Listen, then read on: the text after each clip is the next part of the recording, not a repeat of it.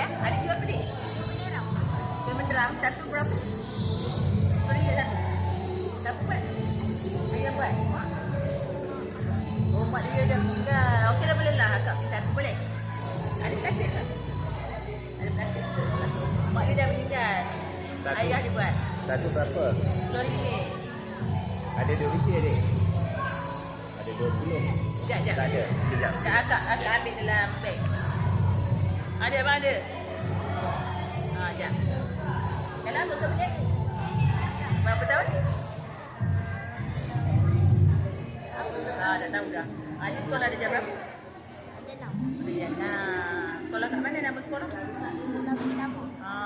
Adik-beradik berapa orang? 7 orang. Adik ada nombor berapa?